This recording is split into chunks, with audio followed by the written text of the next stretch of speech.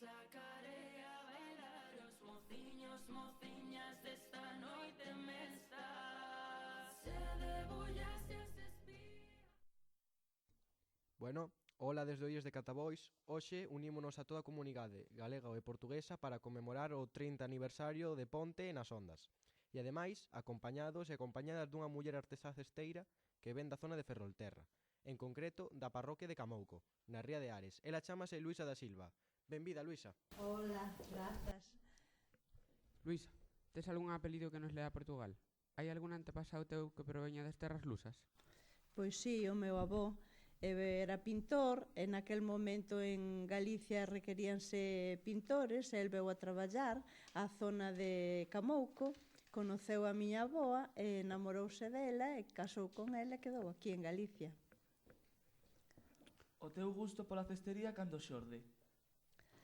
Bueno, o meu bisavó xa facía cestos, entón a min xa había moitos cestos na casa de miña avoa, dos meus pais, entón a min sempre me gustaron moitos cestos. O que pasa que realmente empecé fai 16 anos que decidín a aprender a facer os cestos para que non se perdera esta técnica, no? Que me daba moita pena que estaba a desaparecer. Cando vemos eses cestos feitos, parece que detrás hai un traballo moi complicado. É así?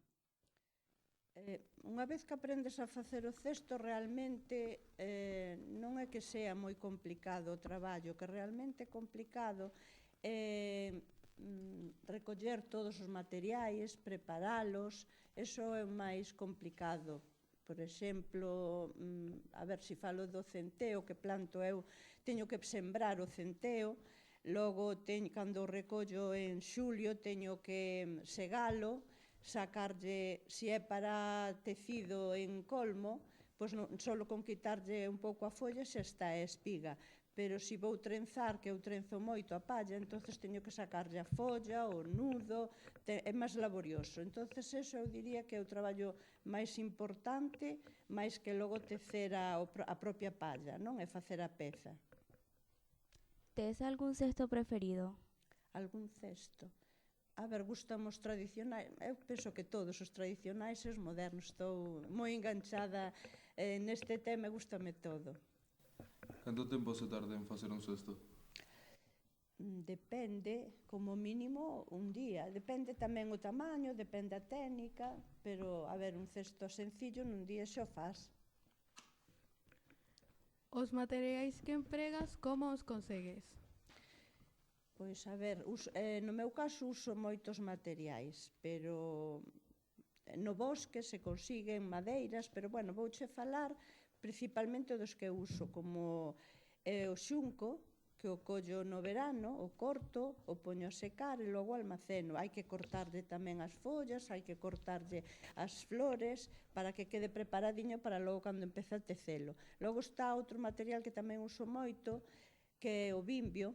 Entón, ese material, como a plantación en todo Galicia foi a menos, pois eu fíxeme con diferentes variedades e planteinos na miña horta. Entón, cando chega o inverno, teño que podalo, o almaceno para logo traballar. Tamén o teño que seleccionar por altura, non? Poño, según a altura, vou facendo grupos.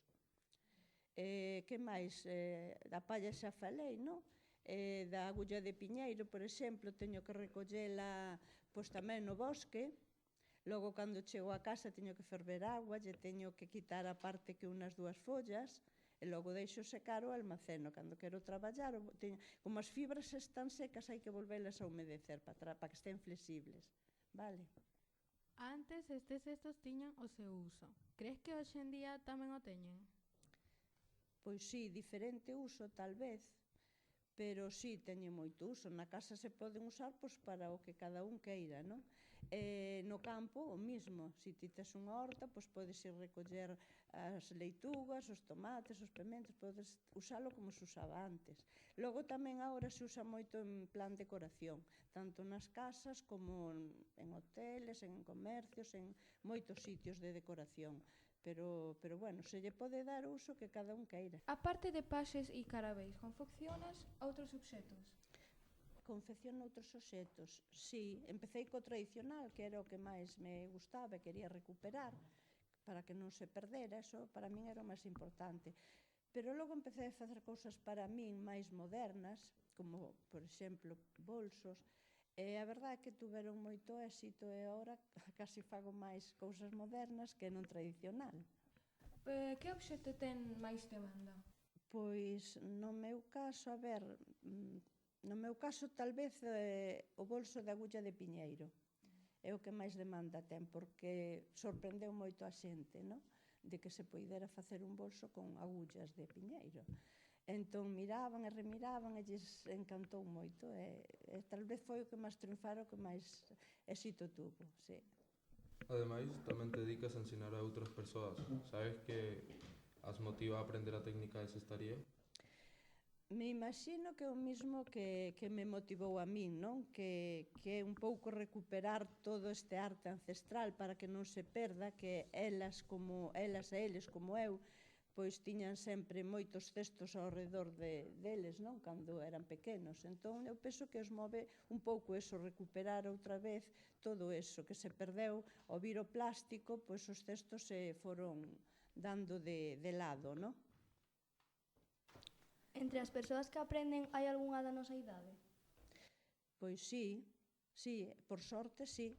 Que a xuventude tamén tedes que, polo menos algún día, facer un cesto para ver como se fai, anda que non vos dediquedes a eso, é interesante saber como é a técnica, como se pode traballar con uns paus e trenzalos e que quede unha cousa tan bonita como un cesto, non? Sí que me gustaría que probárades todos, porque así é unha maneira de que isto perdure no tempo, se non se perde, sabes? Pensaches algunha vez en ser youtubera cesteira? Ou pensas que é mellor o aprendizaxe presencial? As dúas cousas son boas. Mira, cando estuvemos encerrados polo COVID, pois se me dou por facer vídeos. Os poñía claro en internet e a xente me preguntaba onde podía ver máis vídeos que querían, porque a través dos vídeos aprendían, claro, entón querían ver máis vídeos para aprender. Bueno, mentres durou ese confinamento sí que fun facendo algún máis, pero claro, despois ao volver á vida normal xa non tuve moito tempo e xa non. Pero en enseñanza presencial tamén me gusta moito o contacto ca xente. O que pasa que claro, con internet chegas a todas partes do mundo, non? Ca presencial pois é máis... Home, tamén te podes desplazar e ir a calquer sitio do mundo a enseñar, pero bueno, xa é máis complicado. Nos poderíamos comenzar a elaborar obxetos con esta técnica? Primeiro hai que aprender, claro, sí. Calquer obxeto podes fabricar cas túas mans.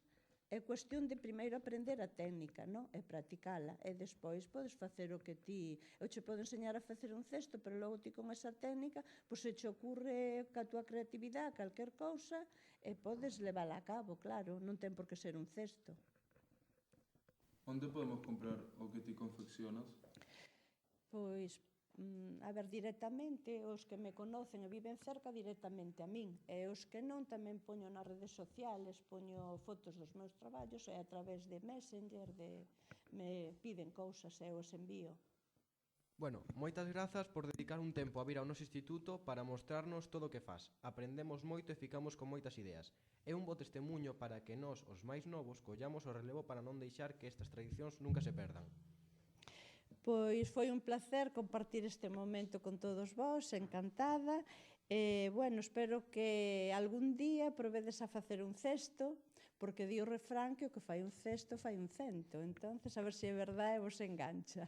Veña, moitas grazas. Con mulleres como Luisa, seguro que os nosos e as nosas devanceiras estarían moi contentes. E así acabamos escoitando Fillas de Casandra. A miña tatara, tatara, tatara, tatara, vos estaría con